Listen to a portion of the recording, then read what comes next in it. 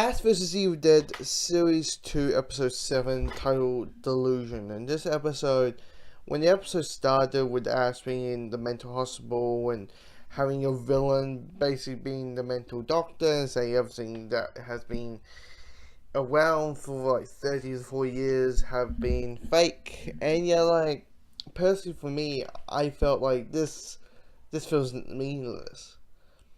And, at this point, this episode feels very meaningless because it feels like it's all in the head. Like, the whole thing of the mental, but, people are saying it's all in the head, it's all in the head, it's all in the head about, demons and the chainsaw and, his friends in the cabin and the Book of the Dead and all that kind of stuff.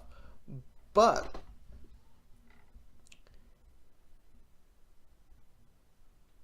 that's reality, and this whole him being a mental hospital is an illusion because how it just feels cheap. That's what it feels like. It just feels cheap. It doesn't feel any narrative purpose for the story. I mean, is it for showing how threatening our villain is? I mean, seriously, the villain isn't threatening. He just looks like a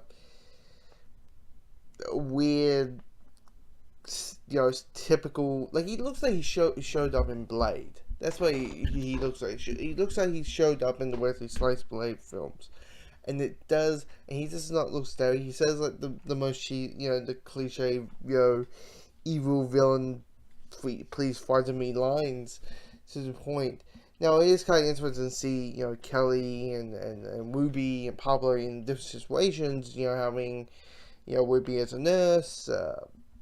You know, Kelly is a mental patient and really like way out there, and having Pablo is one of the like guards and one of the mental doctors. That felt like okay, that's interesting. But the rest of it, I mean, even with the talking puppet, I'm like, you just know it's this whole asylum thing. It's just an illusion.